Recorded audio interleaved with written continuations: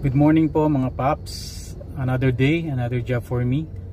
So andito ako ngayon sa project site actually. Nasa parking tayo, naghihintay dahil meron tayong for ocular na potential kitchen cabinet project. So nga pala share ko lang, may mga nagpi-PM kasi sa akin na magkano daw magpagawa ng kitchen cabinet. So yan, so every time may nagpi-PM sa akin ng gano'n, nagtatanong, isa lang lagi sagot, depende. Yan, depende po yan sa design.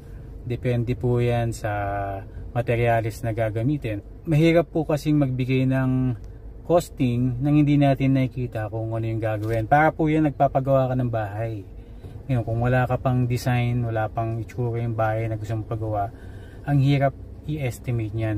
Mahirap magbigay ng accurate na cost.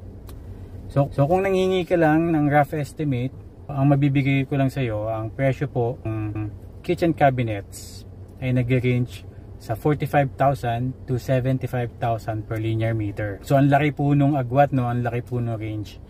Kasi nga po, depende po yan sa design and materials po na gagamitin. So madami po kasing klaseng mga materials, iba't ibang klaseng mga materials na pwedeng gamitin sa paggawa ng modular kitchen cabinet. So ang advice ko lang po sa mga gusto magpagawa ng mga modular cabinets, kitchen, closet, kailangan po mauna talaga yung design. So pa-layout nyo po, then paggawa nyo po ng detailed design, then saka nyo po ipasa sa mga cabinet maker for costing.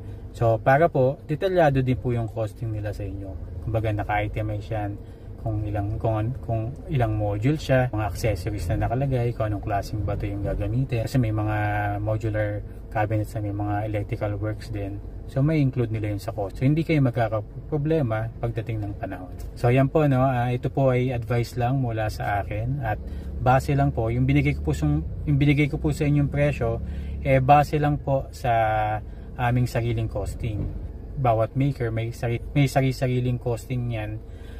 Depende sa kanilang kapasidad tsaka sa kanilang mga gamit na ginagamit at sa mga materials na meron. So sa mga gusto pong magpagawa ng cabinet, kami po sa Sunyo Philippines ay nag-o-offer ng free ocular and consultancy. So bali ang babayaran nyo na lang po doon is yung layout and detailed drawing.